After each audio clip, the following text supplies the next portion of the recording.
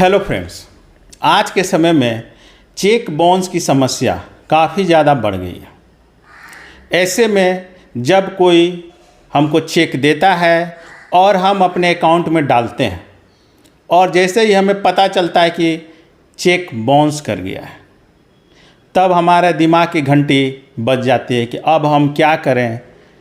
हमारा पैसा तो डूब ही गया, उसने चेक दिया था वो भी बाउंस हो गया, अब हमारा पैसा मिलेगा कि नहीं मिलेगा। इसके क्या कानूनी उपाय हैं, क्या कानूनी रास्ते हैं, कोर्ट में हम जाएंगे तो क्या क्या कितना समय लगेगा, क्या प्रोसीड्योर अपनाना पड़ेगा, इसको लेकर तमाम तरह के सवाल हमारे दिमाग में घूमने लगते हैं। तो दोस्तों, आज का मैंने यह वीडियो डिटेल रूप से चेक बाउंस से संबंधित बनाया है कि अगर आपको किसी ने चेक दिया है और बाउंस कर गया है, तब आप क्या रेमिडीज़ लेंगे, क्या क्या प्रोसीड्योर अपनाएंगे जिससे कि आपका पैसा वसूल किया जा सके। तो दोस्तों, अगर आप लोगों ने अभी तक हमारे चैनल को सब्सक्राइब नहीं किया है तो सब्सक्राइब कर लीजिए, क्योंकि इस तरह के कुछ इन्फॉर्मेटिव वीडियोज़ मैं सिर्फ आपको इसी चैनल पर दिखाता हूँ, दूसरे चैनल पर आपको नहीं मिलेंगे। तो दोस्तों, शुरू करते हैं आज का यह वीडियो। सबसे पहले मैं इनका परिचय करा देता हूँ। ये हैं झारखंड हाई कोर्ट के एडवोकेट प्रणव डे। इनसे हम लोग जानेंगे कि चेक बाउंस होने पर क्या क्या कानूनी रास्ते हमको मिलते हैं। सबसे पहला सवाल मैं ये पूछूंगा कि अगर चेक बाउंस हो जाता है तो सबसे पहले हमें क्या करना होता है। जैसे ही आपको चेक बाउंस का मैसेज मिलता है बैंक से, तुरंत जाइए बैंक में और वहाँ चेक रिटर्न मेमो आप पहले कलेक्ट करें कि किस रीज़न से आपका चेक बाउंस हुआ है, और उसके बाद जिसने आपको चेक दिया है उससे आप मोबाइल से पहले कांटेक्ट करें कि जो आप चेक दिए थे वो बाउंस कर गया है।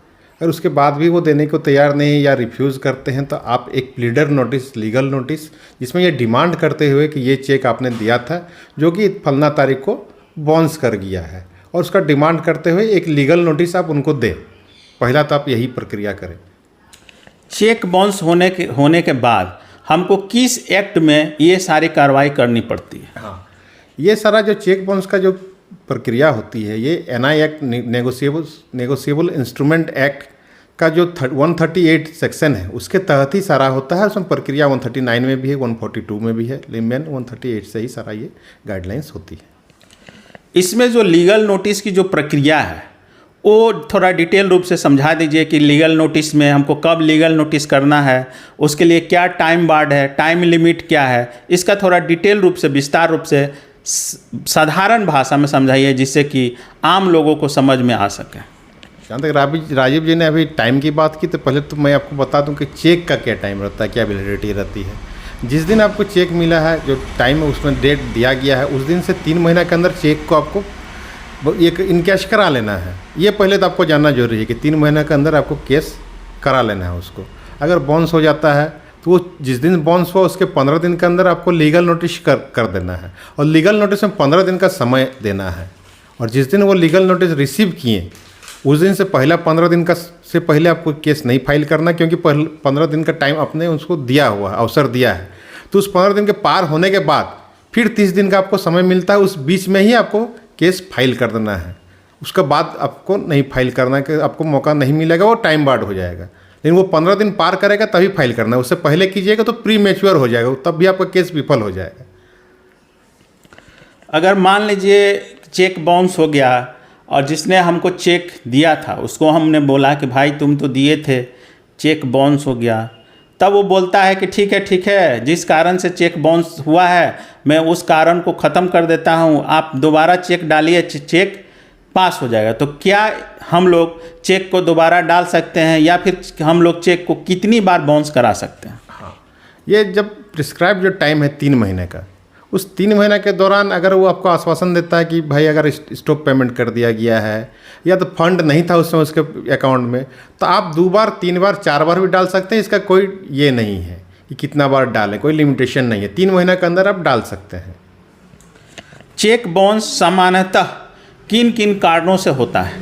देखिए, जैसे ये चेक बाउंस होगा आप जाइएगा तो वहाँ एक चेक रिटर्न मेमो रहेगा, उसमें 20 से 22 कारण रहता है। इसमें मुख्यतः रहता है insufficient of fund, stop payment, signature नहीं मैच होना, ये 3-4 रीज़न मेन रहता है, लेकिन उसमें 18 से 20 कारण रहता है।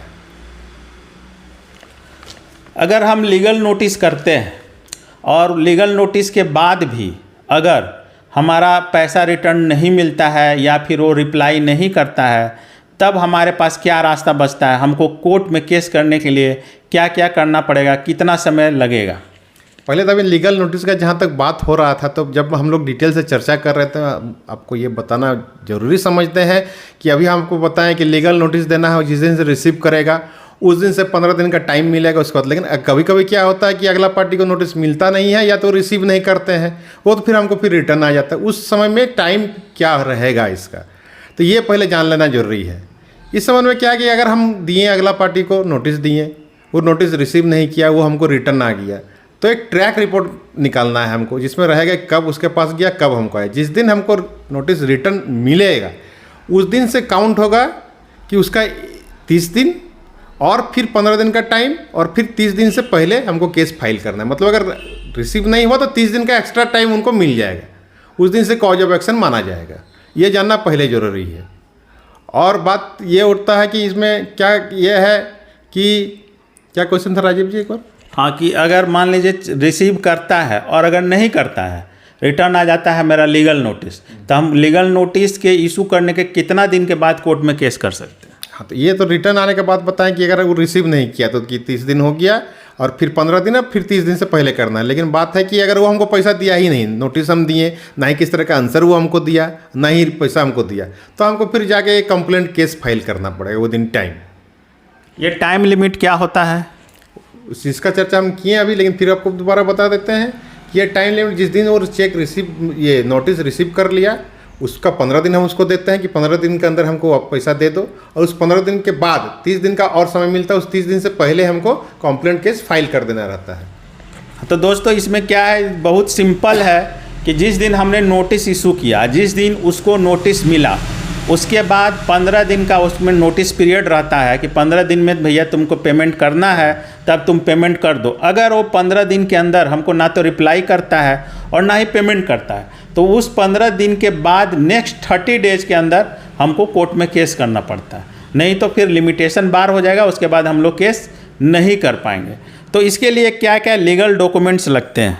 हाँ, चेक बाउंस में जब हम कंप्लेंट केस फाइल करने जाते हैं तो जो लीगल नोटिस हमने उनको दिया था पार्टी को कि आपको 15 दिन का समय दिया जाता है, उसका एक कॉपी रहता है अपने वकील साहब के पास, वो अटैच करना पड़ता है। पोस्टल रिसिप्ट जो हम भेजे थे नोटिस वो डालना पड़ता है। ट्रैक रिपोर्ट कि उसको मिल गया या नहीं मिला वो डालना पड़ता है, और एक कंप्लेंट पिटिशन डालना पड़ता है, और चेक जो आपका ओरिजिनल रिटर्न हुआ वहाँ से वो डालना पड़ेगा विथ रिटर्न मेमो। ये सारा डॉक्यूमेंट उसमें लगता है।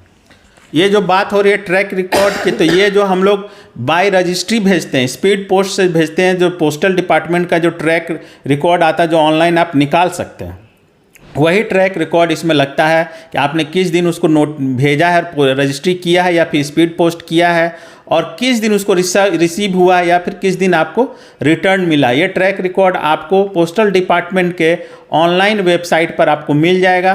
तो अगर कभी इसकी ज़रूरत पड़े तो आप लोग इसको निकाल सकते हैं। लेकिन एक चीज़ ये याद रखिएगा कि ये जो ट्रैक रिकॉर्ड है वो आपको 1 से 1.5 महीना तक ही ऑनलाइन रहता है, उसके बाद ये डिलीट हो जाता है। तब अगर आपको कभी ज़रूरत पड़े तब आप इमीडिएट उसको डाउनलोड करके उसका एक प्रिंट आउट लेकर रख लें, ये ज़रूरी डॉक्यूमेंट हैं।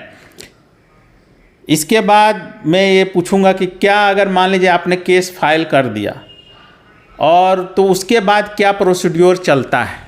जैसे ही केस फाइल होगा, ऑन एफिडेविट कंप्लेनेंट का गवाही होगा और सारा डॉक्यूमेंट चेक किया जाएगा कोर्ट के द्वारा, और फिर हियरिंग होगा। केस एडमिट हो जाता है तो फिर कॉग्निजेंस लेगी कोर्ट और अगला पार्टी को नोटिस भेजेगी थ्रू, ये आपके माध्यम से भी जाएगा रजिस्टर्ड पोस्ट से, और कोर्ट के माध्यम से गोसवारा जाएगा, उनको मिल जाएगा। ऐसे आपको ट्रैक रिपोर्ट फिर लगा देना है कि उनको मिल गया वो सम्मन, और कोर्ट के माध्यम से गोसवारा जाता है। सम्मन जब उनको मिल जाता है तो वो आते हैं फिर कोर्ट में, अपना बेल कराते हैं और फिर सब्सटेंस किया जाता है, फिर केस में ट्रायल चलता है इसमें। अच्छा, तो क्या इस स्थिति में जिनका चेक बाउंस हुआ है, मतलब जिन्होंने चेक इशू किया था, जिनका चेक बाउंस हो गया है, जो दोषी हैं चेक बाउंस के, क्या उनको जेल भेजा जा सकता है? क्या यह बेलेबल ऑफेंस है या फिर इसमें बेल नहीं मिलता? ये किस तरह का ऑफेंस है? हाँ, क्योंकि ये इकोनॉमिकल ऑफेंस में आता है, तो ये एक बेलेबल ऑफेंस है, इसमें बेल मिल जाता है ना। खाली कोर्ट का ये रहता है कि पैसा अगर आप सही में लिए हैं तो इनको भरपाई किया जाए, और हो सकता है वहाँ से मेडिएशन भी भेज दिया जाए आप लोग दोनों को समझौता के करवाने के लिए, लेकिन बेल आपको मिल जाएगा। ये एक सिविल नेचर का केस होता है, ये बेलेबल होता है। जिस दिन जो एक्यूज होते हैं कोर्ट में अपीयर होते हैं, उनका बेल उस दिन फाइल होता है और वो एक ही हेयरिंग में वो बेल मिल जाता है। ये बहुत लेंदी प्रोसेस नहीं होती। अब इसके बाद सवाल उठता है कि अगर बेल मिल गया तब वो पैसा हमको क्यों देगा, कैसे देगा, इसका भी सवाल उठता है। तब ये होता है कि कितना दिन अगर केस चलेगा। मान लीजिए उसको बेल मिल गया है, तब हो सकता है वो 4 साल 5 साल 10 साल लगा दें। तो इसके लिए एनआई एक्ट में क्या प्रावधान किए गए हैं कि कितना जल्दी केस ख़त्म हो सकता है? हाँ, जहाँ तक एनआई एक्ट का बात है, चेक बाउंस का है, तो ये एक समरी ट्रायल है जिसको सारांश ट्रायल भी कहा जाता है। समरी ट्रायल जो होता है वो 6 महीने से साल भर के अंदर ख़त्म हो जाता है। तो समरी ट्रायल है तो कोर्ट इसमें बहुत ज़्यादा समय आपको नहीं देती है। जैसे ही आप आएँ, बेल कराएँ, आपका सब्सटेंस मतलब आपका अपराध गठित कर दिया जाएगा और उसके बाद गवाही शुरू होगा। इसमें बहुत ज़्यादा गवाह भी नहीं देना पड़ता क्योंकि डॉक्यूमेंट्री प्रूफ का बात है, तो कंप्लेंट का गवाही होता है, डॉक्यूमेंट सारा एग्जिबिट होता है, और उसके बाद फिर उनको डिफेंस दिया जाना बोलता है। अगर डिफेंस नहीं दे तो तुरंत जजमेंट में फिक्स हो जाता है और तुरंत ही हो जाता है। दोस्तों, इसमें सिंपल भाषा में हम लोग बात करें तो जिन्होंने चेक इशू किया है, उस जिस दिन चेक इशू किया है उसके साथ ही उनकी लायबिलिटी तय हो जाती है कि चेक इशू हो गया मतलब उनकी उस अमाउंट के प्रति लायबिलिटी हो गई है। तो ये बहुत लेंदी प्रोसेस कोर्ट में नहीं होता है। सामान्यतः आजकल स्पीडी ट्रायल हो जाते हैं, तो आपको 6 महीना से लेकर मैक्सिमम 1 से 2 साल के अंदर ये सारा केस ख़त्म हो जाता है और इसमें आपको कोर्ट से अच्छा खासा अमाउंट भी मिल जाता है। आजकल भारत के सभी कोर्टों में चेक बाउंस के केसेस में मीडिएशन सेंटर की व्यवस्था की गई है, अर्थात दोनों ही पक्षों को कोर्ट चाहता है कि ये लोग दोनों पार्टी आपस में बैठकर कोर्ट के अंतर्गत, कोर्ट के माध्यम से, कोर्ट के निर्देश में मीडिएशन सेंटर में बैठकर मीडिएशन की कार्रवाई कर अपना केस सलटा लें। तो हम लोग इनसे पूछना चाहेंगे वकील साहब से, इसकी क्या प्रोसीड्योर होते हैं और इसमें क्या रिलीफ मिलता है, क्या नहीं मिलता है, क्या मीडिएशन सेंटर जाना सही होता है? हाँ, यहाँ तक मीडिएशन का भी बहुत अच्छा रोल रहा है इंडियन जुडिशल सिस्टम में। तो जैसे ही कोर्ट में दोनों पार्टी अपीयर होते हैं, कोर्ट का पहले ये रहता है कि क्या आप पैसा देने के लिए तैयार हैं, कि क्या मामला है। बहुत बार क्या होता है कि मिसअंडरस्टैंडिंग के चलते ये सब केस हो जाता है। मान लीजिए सिग्नेचर नहीं मैच किया या कुछ दूसरा रीजन रहा, लेकिन दोनों में एक खटपट हो गया, एक नोटिस चल गया, तो अगला का मन मुटाव हो जाता है, तो बोलते कि मटिया देते कि नहीं हम पैसा नहीं देंगे। लेकिन बाद में उनको समझ में आता है तो फिर वो भी सोचते चलो दे दिया जाए। दोनों पार्टी जब आते हैं, दोनों तैयार रहते हैं, तो कोर्ट की ओर से मेडिएशन भेजा जाता है, वहाँ दोनों को समझाया जाता है कि इस तरह का ये अगर आप लिए हैं, लायबिलिटी आपका बनती है, तो आप पैसा दे दे। तो वो अगर दे देता है तो मेडिसिन में बहुत अच्छा रोल है, समझाया जाता है ताकि ट्रायल बहुत ज़्यादा आगे नहीं चले, और फिर इस तरह पैसा दे के फिर केस का निपटाना किया जाता है वहाँ पर। Indian judicial system, mediation system की जो व्यवस्था की गई है उसमें क्या है कि एक कोर्ट के तरफ से एक मीडिएटर अपॉइंट किया जाता है। दोनों ही पक्षों के वकील होते हैं, हालांकि दोनों पक्षों के वकीलों की कोई भूमिका विशेष नहीं होती है, सिर्फ दोनों पार्टी बैठते हैं और जो कोर्ट के जो अपॉइंट अथॉरिटी होते हैं, जो मीडिएटर होते हैं, उन दोनों के बीच एकदम घर के पारिवारिक माहौल जैसा, घरेलू माहौल में बैठाकर उनके साथ मीडिएशन किया जाता है, उनके बीच समझौता करने का प्रयास किया जाता है। और सबसे बड़ी बात है कि अगर मीडिएशन सेंटर में अगर आपका समझौता हो गया तो इसकी अपील आप कहीं नहीं कर सकते, ये सबसे बड़ा बात है। तब इसीलिए कोर्ट का जो रुख रहता है कि केस कोर्ट के थ्रू लड़ने के बजाय आप लोग मीडिएशन सेंटर के थ्रू ही जाएं, और ये एक लीगल प्रोसीड्योर है, ये बाहर नहीं है, कोर्ट का ही एक अंग है मीडिएशन सेंटर, जो भारत के सभी कोर्टों में इसको लागू कर दिया गया। अब ऐसे में एक यह सवाल आता है कि अगर केस चलते समय ही जिसने चेक इशू किया है अगर वो पैसा देना चाहता है तो क्या ये संभव है, इसकी क्या प्रक्रिया होगी? हाँ, अभी इससे पहले हम लोग मेडिएशन की चर्चा किए थे, तो एक क्वेश्चन आपको ये भी होना था कि भाई मेडिएशन में कब हम जा सकते हैं, इसके स्टेज क्या है, किस स्टेज में किस स्टेज तक मेडिएशन में जा सकते हैं। तो इसका कोई स्टेज नहीं, आप जजमेंट के दिन भी मेडिएशन भिजवा सकते हैं। उसी तरह जिनका अभी क्वेश्चन था कि अगर अगला पार्टी पैसा देने के लिए तैयार है, तो पैसा देने के लिए तैयार है तो जजमेंट के दिन भी आके आप पैसा दे सकते हैं और वहाँ से केस खत्म करा सकते हैं, क्योंकि गिरवांश पैसा क्या होता है, पैसा अगर कोर्ट के द्वारा मिल जाता है उनके माध्यम से, तो केस वहीं खत्म होता है और पैसा जमा करके आप अपना ये कर सकते हैं, निस्तारण करा सकते हैं केस का। मतलब ये है कि केस के किसी भी स्टेज में जिसने चेक इशू किया है वो किसी भी स्टेज में पैसा जमा करके केस को ख़त्म करा सकता है। अब इसमें एक अंत में पूछना चाहूँगा कि अगर किसी तरह जिसने चेक इशू किया है और वो पैसा नहीं जमा करता है और वो प्रूफ हो जाता है कि हाँ उसने चेक इशू किया था, तो इसमें जो कोर्ट सज़ा देगा, इसमें सज़ा का क्या प्रावधान है? कोर्ट में अगर ये इस्टेब्लिश हो जाता है कि NI एक्ट 138 और ये इस्टेब्लिश हो जाता है कि सही में इन्होंने चेक दिया था और ये हो गया, डिसऑनर हो गया और ये नहीं दे पा रहे हैं या नहीं देना चाहते हैं, तो क्या पेनल पनिशमेंट होगा और क्या कंपनसेशन मिलेगा? बहुत सारा पेनल इसमें क्या होता है, पेनल प्रोविज़न में जो फाइन मिलता है वो सरकार को जाता है, लेकिन इसमें ऐसा व्यवस्था है कि चेक का अमाउंट का ट्वाइस तक आपको मिल सकता है। अगर 2 लाख का चेक है तो 4 लाख तक आपको मिल सकता है और ये अमाउंट जाता है कंप्लेनेंट को। अगर जो अमाउंट अवॉर्डेड होगा वो पीड़ित जो है, कंप्लेनेंट जो है, जिसका चेक बाउंस हो गया था, जिसने पैसा दिया था उसको पैसा जाएगा। और जहाँ तक पेनल प्रोविज़न का है, दंड का बात है, तो इसमें मैक्सिमम 2 साल तक का सज़ा है और चेक अमाउंट का ट्वाइस 2 गुना मिलने का इसमें प्रावधान है। तो दोस्तों हमने आज डिटेल रूप से यह चर्चा की कि अगर कोई चेक बाउंस हो जाता है तब हम लोग इसमें क्या क्या प्रक्रिया अपना सकते हैं और किस तरह से हम लोग लीगल रेमेडीज लेकर अपना चेक बाउंस का अमाउंट प्राप्त कर सकते हैं। दोस्तों अगर इससे संबंधित कोई सवाल आपको पूछना हो तब आप कमेंट करके पूछ सकते हैं। तब तक के लिए धन्यवाद दोस्तों।